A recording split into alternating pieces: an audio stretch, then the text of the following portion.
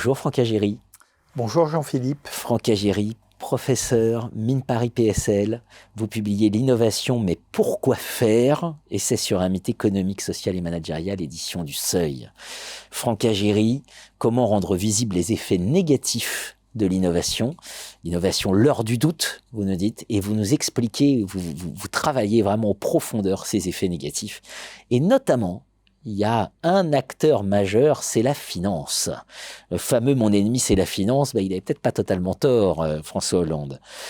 La tragédie des horizons est une formule qui a été popularisée en 2015 par McCartney, le directeur de la Banque d'Angleterre. La tragédie des horizons. Comment la finance alimente le dark side de l'innovation, et je devrais dire la finance et le management. Alors effectivement, la finance a une responsabilité très importante dans la crise que nous traversons et alimente la course à l'innovation.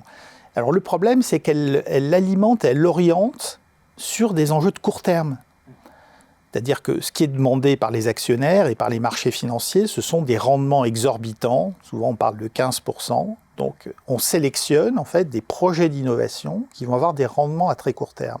Or, les enjeux de la transition écologique sont des enjeux de long terme. Et plus généralement, c'est la fameuse tragédie des horizons. Voilà, c'est la tragédie des horizons. C'est-à-dire que avec les critères financiers actuels, on ne peut pas rationnellement s'engager dans des projets qui ont une rentabilité certes plus faible, mais qui sont soutenables sur le long terme. Alors je me fais l'avocat du diable, mais vous y avez déjà répondu dans l'ouvrage, il y a quand même la finance verte.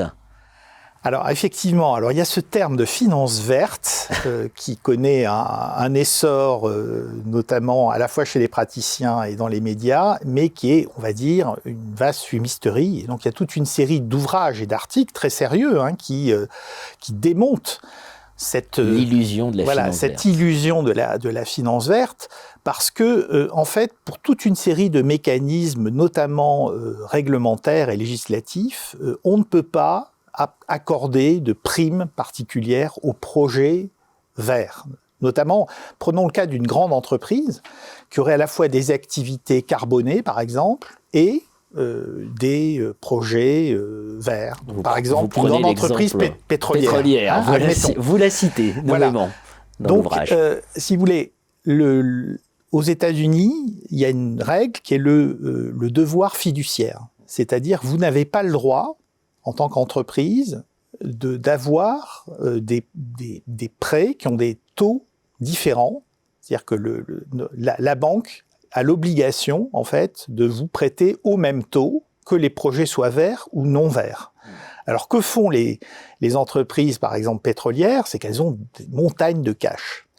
Donc, en fait, elles financent leurs investissements bruns avec du cash, s'autofinancent, et elles financent les investissements verts par la dette.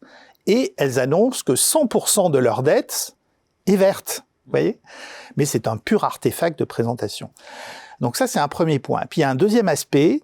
Donc ça, c'est cette idée que la finance produit un certain nombre d'effets. Alors la financiarisation a transformé, ça c'est la thèse de Fabien Muniesa, toutes les activités en actifs financiers sur lesquels on spécule. Donc le blé est devenu un actif financier, le coton est un actif financier, les métaux sont des actifs, tout est actif financier et donc objet de spéculation. Ça, c'est le premier point. L'autre point, c'est qu'en fait, il y a des innovations financières par ailleurs. Alors ces innovations financières sont extrêmement techniques. Ce sont des modèles mathématiques très sophistiqués qui cherchent à valoriser, donc à fabriquer des produits financiers qui vont valoriser des micro-variations de marché.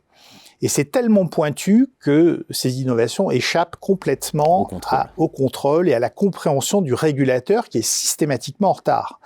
Et ce que montre Nicolas Boulot, qui est un financier réputé dans un ouvrage il y a quelques années, c'est que ces innovations financières produisent une volatilité accrue des marchés et accroissent la survenue de risques de crise systémique.